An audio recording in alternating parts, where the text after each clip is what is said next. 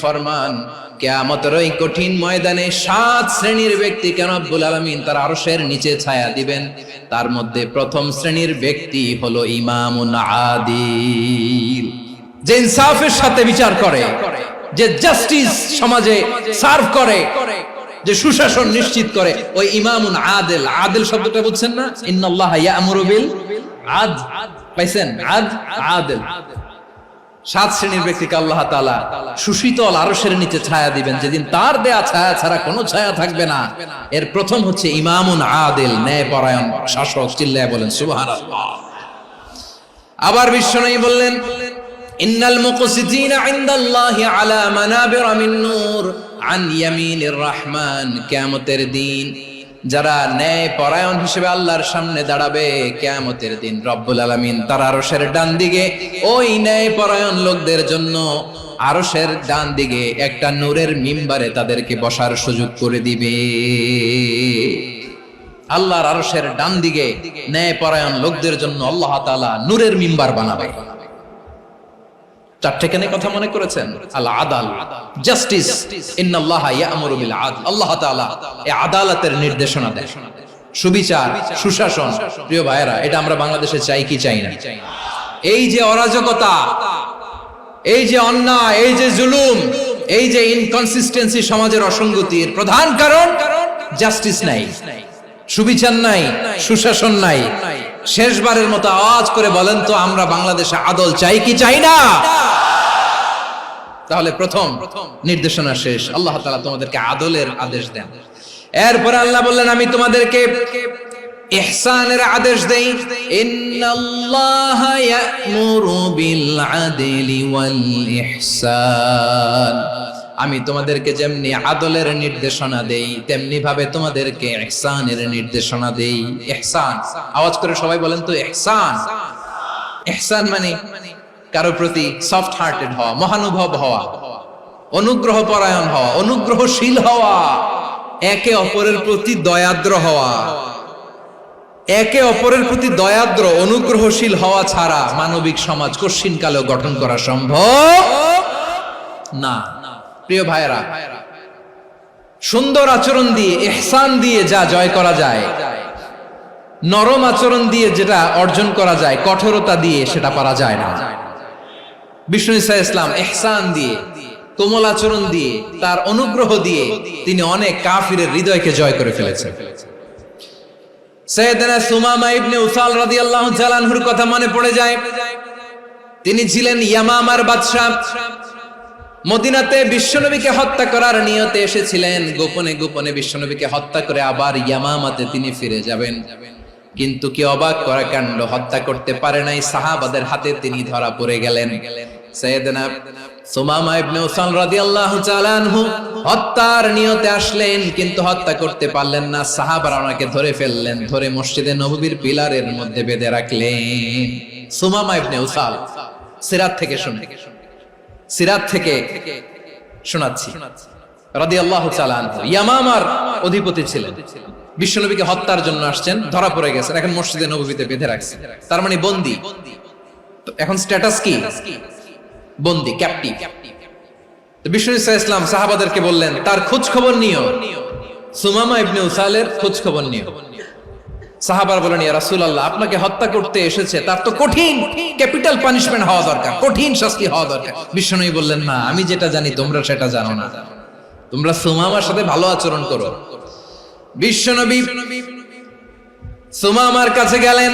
প্রথম দিন যে তিনি কালেমার দাওয়াত দিলেন, ইমানের দাওয়াত দিলেন, ইসলামের দাওয়াত দিলেন, রিসালাতের দাওয়াত দিলেন, আখিরাতের দাওয়াত দিলেন। পরের দিন যে বিশ্বনবী সালাতের দাওয়াত দিলেন, যাকাতের দাওয়াত দিলেন, ইসলাম কি, কিভাবে, কেমন করে পালন করতে হয় চমৎকার আর্টিকুলেট করতে শুরু করলেন। তন্ময় হয়ে সুমামা ইবনে উসাল রাদিয়াল্লাহু তাআলা আনহু বিশ্বনবীর কথাগুলো শুনতে আরম্ভ করলো। একদিন নয়, 2 দিন নয়, টানা 3 দিন বিশ্বনবী সুমামার কাছে ইসলামকে প্রেজেন্ট করেছেন, উপস্থাপন করেছেন। আওয়াজ করে বলেন, কয় দিন? 3 দিন। 3 দিন মসজিদে নববীতে বাঁধা। আর সাহাবীদেরকে বললেন, তার খোঁজ খবর নিও, তোমরা যে রুটি বানাও এর মধ্যে সবচেয়ে ভালো আটার রুটিটা তারে দিও। সবচেয়ে রিফাইন্ড খেজুর, যেটা পিওর খেজুর, এটা তারে দিও। আর বিশ্বনবী নিজের ওট থেকে দুধ দহন করে ওনার বাড়ির এক কর্মচারীকে বলেছেন দুধ দহন করে সুমামার জন্য নিয়ে যেও। সুবহানাল্লাহ পড়বেন না? সবাই তো অবাক, ইয়ামামা থেকে আসছে নবীকে হত্যা করতে, বিশ্বনবী দেখে তারে জামাই আদর করে। একদিন নয়, 2 দিন নয়, টানা 3 দিন বিশ্বনবী এভাবে সুমামার কাছে যেয়ে ইসলামকে প্রেজেন্ট করতে আরম্ভ করলেন, ইসলামকে উপস্থাপন করতে শুরু করলেন, আর তাকে চমৎকার এন্টারটেইনমেন্ট আপ্যায়ন দিতে আরম্ভ করলেন। টানা 3 দিন যখন ইসলামের দ্য বিউটিজ অফ ইসলাম, ইসলামের সুমহান বাণী সৌন্দর্য তার কাছে উপস্থাপন শেষ, তাকে আপ্যায়ন শেষ, বিশ্বনবী বললেন সাহাবাদেরকে, যাও এবার সুমামার হাতের পায়ের রশি দুটো খুলে দাও। সাহাবারা তর্ক জুড়ে দিলেন, লা ইয়া রাসূলুল্লাহ, এমনটা করবেন না তো, ভয়ঙ্কর ভয়ঙ্কর খুনি, কি জানি কি হয়ে যায়। বিশ্বনবী বললেন, না, তার হাতে পায়ের রশিগুলো খুলে দাও। সাহাবারা বিশ্বনবীর কথা মতো তার হাতে পায়ের রশিগুলো খুলে দিল। সুমামা মুহূর্তের মধ্যে মসজিদে নববী থেকে বের হয়, ইয়ামামায় ফিরে না যে মসজিদে নববীর পাশে একটা খেজুর বাগান ছিল, সেখানে চলে গেলেন। সেখানে একটা ছোট্ট কুয়া ছিল, কুয়ার পানি দিয়ে তিনি গোসল করলেন। সুবহানাল্লাহ পড়েন। কুয়ার পানি দিয়ে গোসল করে মসজিদে নববীর সামনে এসে বিশ্বনবী এবং সাহাবাদের সামনে দাঁড়িয়ে সাব্বাবা উঁচু করে বললেন, আশহাদু আল্লা ইলাহা ইল্লাল্লাহ ওয়া আশহাদু আন্না মুহাম্মাদান আবদুহু ওয়া রাসূলুহু। আমি সাক্ষ্য দিচ্ছি আল্লাহ ছাড়া কোনো ইলাহ নাই, আর মুহাম্মদ আল্লাহ তাআলার প্রেরিত বান্দা এবং রাসূল। প্রিয় ভাইরা, ইহসান দিয়ে যা জয় করা যায়, কঠোরতা দিয়ে সেটা কঠিনকালেও জয় করা যায় না। আওয়াজ করে বলেন ঠিক কি না? এবার সুমামা দাঁড়িয়ে বলে, ওগো নবী, আমি তো কালিমা পড়ে মুসলমান হয়ে গেলাম, এবার শোনেন, এই মুহূর্তের আগে আপনার চেহারার চাইতে নিকৃষ্ট কোনো চেহারা আমার কাছে ছিল না, কিন্তু শাহাদা পাঠ করার পরে আপনার চেহারার চাইতে উত্তম শ্রেষ্ঠ কোনো চেহারা আমার কাছে আর নাই। ও নবী, আজকের দিনের আগে ইসলাম ধর্মের চেয়ে নিকৃষ্ট অপছন্দনীয় কোনো ধর্ম আমার কাছে ছিল না, কিন্তু এই মুহূর্ত থেকে ইসলামের চেয়ে সেরা শ্রেষ্ঠ পছন্দনীয় কোনো ধর্ম আমার কাছে নাই। নবী গো, আজকের দিনের আগে মদিনার চাইতে অপছন্দনীয় নিকৃষ্ট কোনো শহর আমার কাছে ছিল না, কিন্তু এই মুহূর্তের পর থেকে মদিনার চাইতে কোনো শ্রেষ্ঠ শহর আমার জানা নাই। সে ছিল গমের বড় ডিলার, গম বেচতো। কি বেচতো? তার গম কিনে মক্কার লোকেরা রুটি খাইতো। সে ঘোষণা দিল, আজকে থেকে মক্কাবাসীদের জন্য সব গম আমি হারাম করে দিলাম, মক্কাবাসী এখন না খেয়ে মরে। সুবহানাল্লাহ পড়বেন না? মক্কাবাসী বিশ্বনবীর কাছে আসলেন, এসে বললেন, মুহাম্মদ, আমরা তো তোমার ভাই, তোমার চাচা, তোমার ভাতিজা, তোমার আত্মীয়, তুমি সুমামারে বলো সে যেন আবার গমের সাপ্লাই মক্কার জন্য অনুমতি দিয়ে দেয়। বিশ্বনবীর অনুমতি ক্রমে সুমামা আবার মক্কাতে গম পাঠাতে শুরু করলো। পড়েন সুবহানাল্লাহ। ইহসান, ইহসান দিয়ে আপনি যেটা জয় করতে পারবেন, you can win the heart of your enemies. ইহসান দিয়ে আপনি আপনার শত্রুর হৃদয়কে জয় করতে পারবেন।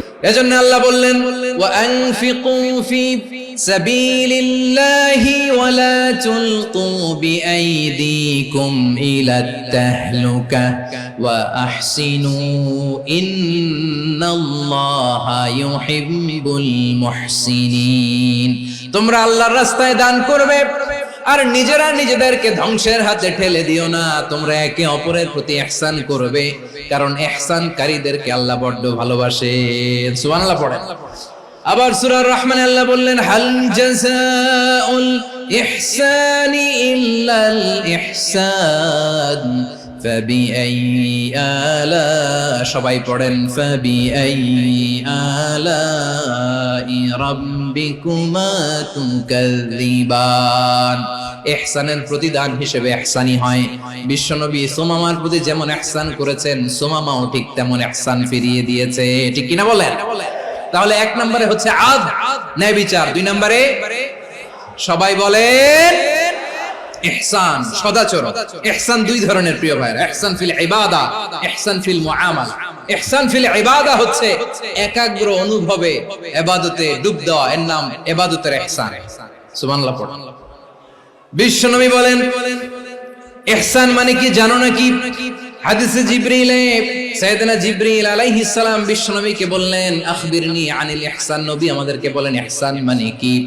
বিশ্বনবী বললেন, আনতা আবুদাল্লাহ কাআন্নাকা তারাহু ফাইন লাম তাকুন তারাহু ফাইন্নাহু ইয়ারাক। ইহসান মানে হলো এমন ভাবে তুমি আল্লাহর সামনে নিজেকে উজাড় করে ইবাদত করবে, তুমি ভাববে তুমি আল্লাহকে দেখতে পাচ্ছ। আর এটা যদি ভাবা তোমার জন্য কঠিন হয়ে যায়, অন্তত এতটুকু তুমি ভাববা যে আল্লাহ তোমাকে দেখতে পাচ্ছেন। ঠিক কিনা বলেন? ও আমার বীর চট্টলার ভাইয়েরা, কেউ যেটা দেখে না সেটা দেখে কে? এই বিশ্বাস হৃদয়ের মধ্যে আছে? নামাজে যখন দাঁড়ান এই ফিলিংসটা আনা যাবে? এসা পর্যন্ত যে আমরা হায়াত পাবো কোনো গ্যারান্টি আছে? সবাই আওয়াজ করে বলেন, গ্যারান্টি আছে? গ্যারান্টি নাই। এজন্য বিষ্ণু ইসলাম বলেছে এমন ভাবে নামাজে দাঁড়াও, ইবাদত করো, মনে করো হতে পারে এটাই আমার জীবনের শেষ নামাজ। পারফর্ম দ্য সালাহ as if this is your last and final prayer. এমন ভাবে সালাতে দাঁড়াও, ভাবো হতে পারে এটাই তোমার জীবনের শেষ নামাজ। এমন ভাবে নামাজে দাঁড়াও, ভাবো এটাই শেষ নামাজ। তাহলে নামাজে একাগ্রতা বাড়ায় দিবে কে? ফলে ইবাদতের ইহসান আমাদের অর্জিত হবে। আর মুআমালাতে ইহসান হলো, বিশ্বনবী বলেন, ইন্নাল্লাহা তাবারাকা ওয়া তাআলা كتب الإحسان على كل شيء فإذا قتلتم فأحسنوا القتلة وإذا ذبحتم فأحسنوا الذبح وليحد أحدكم شفرته وليرح ذبيحته। ইহসান দুই ধরনের, আওয়াজ করে বলতে হবে কয় ধরনের? একটা হচ্ছে ইহসান ফিল ইবাদা, ইবাদতে ইহসান। ইবাদতে ইহসান কি? একাগ্র অনুভব দিয়ে ইবাদত করা, মন প্রাণ দিয়ে ইবাদত করা। আর মুআমালাতে ইহসান কি? সব কাজে, দৈনন্দিন কাজে, কর্মে, সামাজিক অ্যাক্টিভিটিতে কোমলতা প্রদর্শন করা, অনুগ্রহের সাথে সবকিছু করা। আল্লাহ তাআলা ইন্নাল্লাহা তাবারাকা ওয়া তাআলা কাতাবাল ইহসানা আলা কুল্লি শাই, তিনি সবকিছুর ব্যাপারে ইহসানকে আবশ্যক করেছেন। সবকিছু, মুমিনের সব কাজে ইহসানের পরশ থাকবে। ওয়া ইযা কাতালতুম ফাহসিনুল কিতলা, বিষ্ণুই বলেন তুমি যখন কাউকে হত্যা করো ইহসানের সাথে করো। সুবহানাল্লাহ পড়বেন না? যখন হত্যা করো তখনও ইহসানের সাথে। আচ্ছা, হত্যা করবো আবার ইহসান আসবে করতে করে তো মেরেই ফেলবো আমি। আল্লাহ, ও ভাই একজন খুন করেছে, খুনি, রাষ্ট্রীয় আইনে তার শাস্তি হয়েছে ডেথ পেনাল্টি, মৃত্যুদণ্ড। এখন মৃত্যুদণ্ড দেখে আপনি যেমনি মন চায় তেমনি মারবেন লোকটারে? ওর নাক কেটে ফেলতে পারবেন? ওর কান কাটতে পারবেন? ওর চোখ উপড়ে ফেলতে পারবেন আপনি? যেমন মন চায় তার অঙ্গহানি করা যাবে না। ইহসানের সাথে তাকে হত্যা করো। সুবহানাল্লাহ, this is Islam, this is the true essence of Islam. ওয়া ইযা যাবাহতুম ফাহসিনু যাবহা, যখন জবাই করবে তখনও ইহসানের সাথে জবাই করবে। করব জবাই, ওইখানেও নাকি ইহসান। আচ্ছা, কুরবানির দিন আমরা পশুগুলোরে কি করি বলেন সবাই আওয়াজ করে? জবাই। জবাই মানে তো এটারে মেরেই ফেলতেছি, একটু পরে তো টুকরো টুকরো করে গোশতগুলো খাবো, এটা তো খাবো, এটা তো মেরেই ফেলবে। বিষ্ণু বলে না, জবাইয়ের মধ্যেও, মুমিনের জবাইয়ের ভেতরেও ইহসানের পরশ থাকা চাই। যখন জবাই করবে প্রাণীটাকে হাত পা টাইট করে বেঁধে নাও, ছুরিটাকে শার্পেন করে নাও, ধারালো করে নাও, যাতে অল্প সময়ে জবাইটা হয়ে যায়, প্রাণীটা যাতে কম কষ্ট পায়। সুবহানাল্লাহ পড়ে। দিস ইজ কল্ড ইহসান। আল্লাহ তাআলা যেমনি আদলের আদেশ করেছেন, ন্যায় বিচার, জাস্টিস এনশিওর করতে বলেছেন, সমাজে ইহসানের ব্যবহার, ইহসানের অনুশীলন তিনি করতে বলেছেন। এজন্য মুমিনের প্রতিটি কাজে, আমার চট্টগ্রামের ভাইয়েরা আমার দিকে তাকান, খেয়াল করে শুনুন, মুমিন জীবনের প্রতিটি কাজে ইহসানের পরশ থাকা চাই। আমরা যেন আমাদের পরিবারের প্রতি ইহসান করি, আমরা যেন আমাদের কর্মচারীদের প্রতি ইহসান করি, আমরা যেন আমাদের কলিগদের প্রতি ইহসান করি, আমরা যেন আমাদের ভাইদের প্রতি ইহসান করি। মুমিন জীবনের প্রতি কাজে ইহসানের পরশ থাকার দরকার আছে না নাই? কথা বুঝতে পেরেছেন? তাহলে আল্লাহ তাআলার তিনটা আদেশ ছিল, কয়টা গেল? প্রথমে কি ছিল? আদল। দুই নম্বরে, তিন নম্বরে রব্বুল আলামিন বললেন ওয়া ইতাইযিল কুরবা, নিকটাত্মীয়দেরকে দান করো। নিকট আত্মীয়দেরকে দাও, যারা তোমাদের ব্লাড কানেকশনের আত্মীয় তাদেরকে তোমরা দাও। এখানে জেনারেলি বললেন দাও, কি দিব সেটা তিনি এখানে বলেন নাই, সেটা তিনি সূরাতুল ইসরার মধ্যে বলেছেন। আল্লাহ বলেন ওয়া আতিযাল কুরবা হাক্কাহ, নিকট আত্মীয়দেরকে তাদের অধিকার, তাদের প্রাপ্য তোমরা বুঝিয়ে দাও। দেখেন, একটা শান্তির সমাজ, একটা সমৃদ্ধ সমাজ, একটা মানবিক সমাজ গঠনের জন্য আল্লাহ তাআলা বেশি না মাত্র তিনটা অর্ডার, তিনটা ভার্ডিক্ট তিনি জারি করেছেন। এক নাম্বার সুশাসন, ন্যায় বিচার। দুই নাম্বার ইহসান। তিন নাম্বার নিকটাত্মীয়, যারা কাছের, তোমার ভেরি ক্লোজ রিলেশনশিপে আছে, তাদেরকে দাও। দাও, দিলে বাড়িয়ে দেয় কে? অনেকে দিতে চায় না, কৃপণতা করে। দিলে বাড়ায় দেয় কে? ও মিয়া, মদিনার মধ্যে সবচাইতে গরিব সাহাবী ছিল বেলাল রাদিয়াল্লাহু তাআলা আনহু। ওনার এন্টায়ার অ্যাসেট, সম্পদের পরিমাণ কতদূর জানেন? একটা লুঙ্গি। বেলাল রাদিয়াল্লাহু তাআলা আনহু, ওনার টোটাল ওয়েলথের এস্টিমেশন হচ্ছে মাত্র একটা লুঙ্গি। একটা লুঙ্গি, টোটাল ওয়েলথ এস্টিমেশন, টোটাল সম্পদের পরিমাণ বেলাল রাদিয়াল্লাহু তাআলা আনহুর কি ছিল? ওই বেলাল রাদিয়াল্লাহু তাআলা আনহুকে বিষ্ণু ইসলাম বলেছেন, আনফিক ইয়া বেলাল, ও বেলাল তুমিও দাও। ওয়ালা তাখশা মিন যিল আরশি ইখলালা, আরশের অধিপতির তো কোনো ঘাটতি নাই, তুমি দিলে ওই আল্লাহ তোমারে বাড়ায় দিবে। এজন্য আমার প্রিয় ভাইয়েরা, দিলে কমে না, দিলে বাড়ে। অনেকে ধরে রাখে, নতুন কিছু নিতে পারে না, হাত দিয়ে যেটা ধরে রেখেছেন এটা দিয়ে দেন, বড় একটা ধরার সুযোগ পাবেন। জোরে বলেন ঠিক কিনা?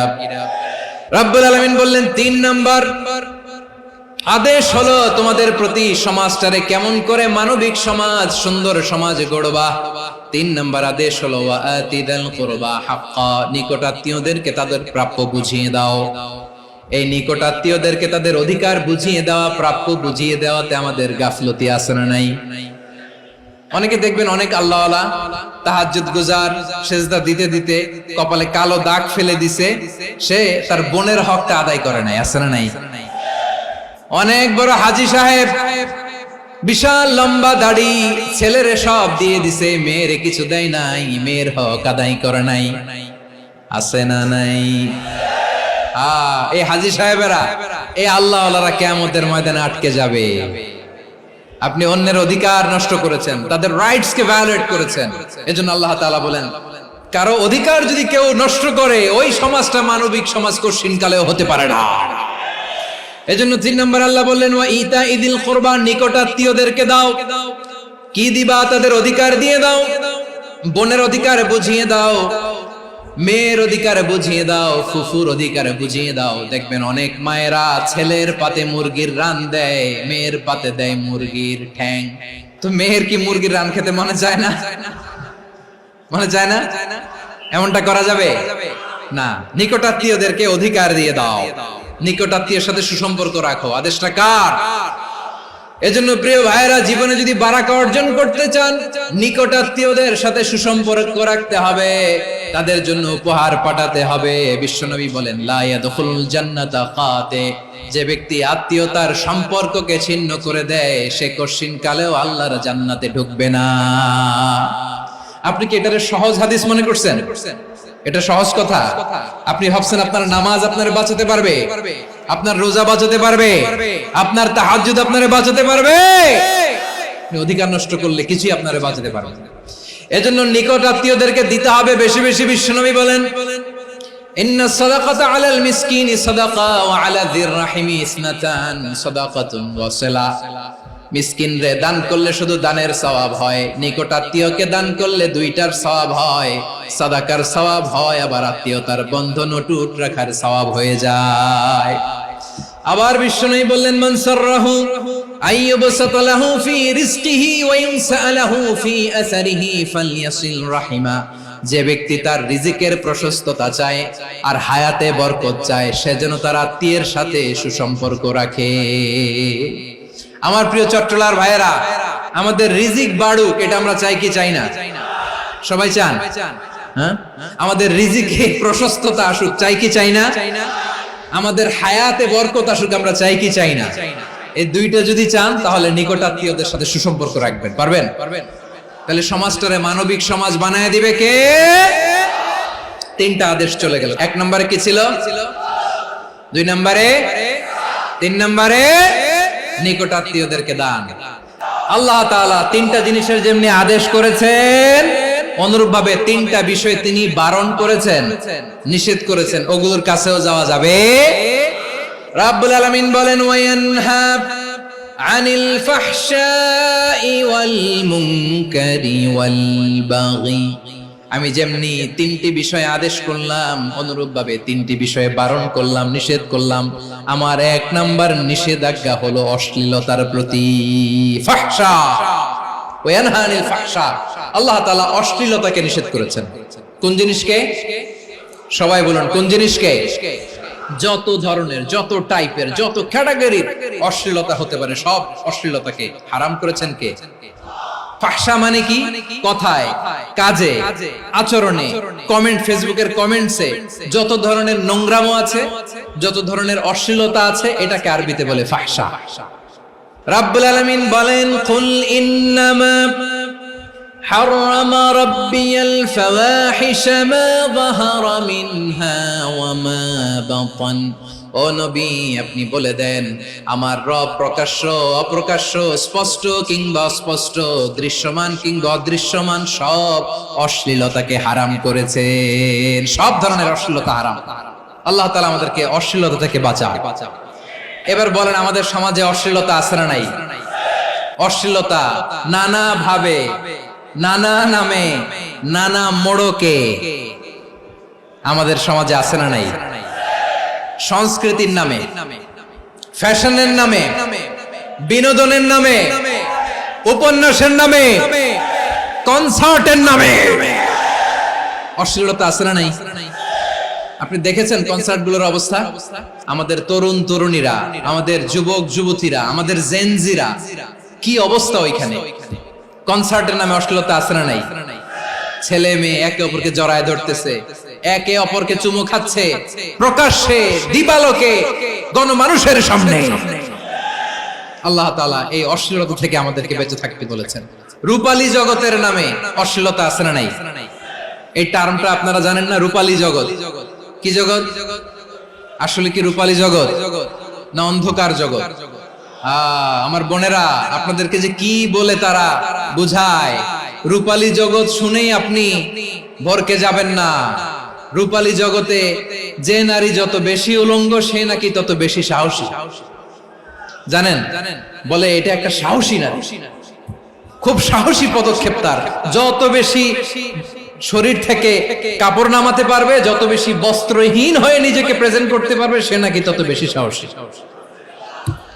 আমার চট্টলার ভাইয়েরা, শয়তানের প্রথমে এজেন্ডা ছিল বনি আদমকে বস্ত্রহীন করা। সে আদম এবং হাওয়া আলাইহিস সালামকে নিষিদ্ধ গাছের ফল খাইয়ে তাদেরকে বস্ত্রহীন করেছে। এই জামিনেও সে আমাদেরকে বস্ত্রহীন করতে চাইবে। এই রূপালী জগতের নামে তারা এটা করে। আমার প্রিয় বোনেরা, আপনি জানেন না আপনার দাম কত? ওরা আপনাদেরকে বিজ্ঞাপনের সস্তা পণ্য বানাতে চায়। ওরা আপনাদেরকে ওদের ভোগের লিপসার টুলস বানাতে চায়। ওরা আপনাদেরকে দিয়ে ওদের খায়েশ পূরণ করতে চায়। এটা আপনাদের জন্য মোটেও ডিগনিটি নয়, এটা আপনাদের জন্য সম্মান নয়। আপনার সম্মান শালীনতায়, আপনার সম্মান হেজাবে, আপনার সম্মান ভদ্রতায়, আপনার সম্মান আপনার ডিসেন্ট পোশাকে। পোশাক বলে দেয় এই নারীটা ভদ্র না অভদ্র। পোশাক বলে দেয় এই মেয়েটা কোন ঘরের মেয়ে। আপনি জানেন না? আপনারা সস্তা পণ্য বানায়, ভোগের পণ্য, বিলবোর্ডে আপনাকে উলঙ্গ করে উপস্থাপন করে। এই অশ্লীলতার সাথে ইসলামের কোনো সম্পর্ক। এজন্য আল্লাহ বলেন, আমি অশ্লীলতাকে হারাম করেছি। অশ্লীলতাকে হারাম করার প্রথম কারণ হলো এর মাধ্যমে মানবতাকে অপমানিত করা হয়। কারণ মানুষের সম্মান মানুষের পোশাকে। মানুষ যখন পোশাকহীন হয়ে যায়, বস্ত্রহীন হয়ে যায়, তার সম্মান কমে যায়। ঠিক কিনা? অশ্লীলতাকে হারাম করার প্রথম কারণ হচ্ছে মানুষ মানুষকে অপমান করে। একটা নারী, সে তো সম্মানিত, নারী যে কত সম্মানিত নারীরা এটা বুঝেই নাই। বিশ্বনবী বলেন, আদ-দুনিয়া কুল্লুহা মাতা ওয়া খায়রু মাতা'আদ দুনিয়া আল মারআতুস সালিহা। আমার বোনেরা, 5টা প্যান্ডেলে আপনারা এলইডিতে আমার আলোচনা শুনছেন, আমি জানি। আপনাদের এই গর্ভ যে কত দামি আপনি জানেন না। আপনার পেট থেকেই আসবে আগামী দিনের সালাহুদ্দিন আল আইয়ুবী। আপনার পেট থেকেই আসবে অনাগত দিনের ইমাম মাহদী আল মুনতাযর। আপনার পেট থেকেই আসবে অনাগত দিনের ফয়সাল, ওয়াসিম, মুগ্ধ, আবু সাইদের মতো বীর যোদ্ধা। আমার প্রিয় বোনেরা, আমার প্রিয় বোনেরা, বিশ্বনবীর কথার ওজন খেয়াল করেন। আর দুনিয়া কুল্লুহা মাতা ওয়া খায়রু মাতা'আদ দুনিয়াল মারআতুস সালিহা। দুনিয়ার সবকিছুই অ্যাসেট, এর মধ্যে সবচেয়ে দামি অ্যাসেট নেককার নারী। আপনার গর্ভ যে কত দামি আপনি জানেন না। নিজের